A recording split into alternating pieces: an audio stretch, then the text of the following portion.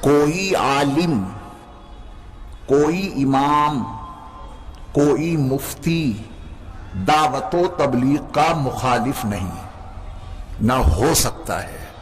اس کو گرہ میں باندھ لینا۔ کوئی عالم، کوئی قاری، کوئی مفتی، کوئی امام دعوت و تبلیغ کا مخالف نہیں ہو سکتا۔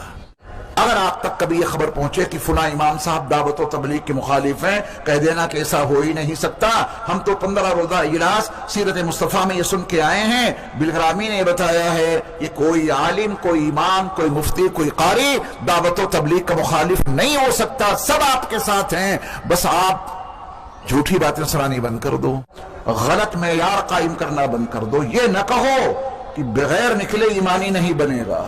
اسلام کی 1450 سالہ تاریخ میں کبھی یہ بات نہیں کہی گئی، آپ نکلو یا نہ نکلو۔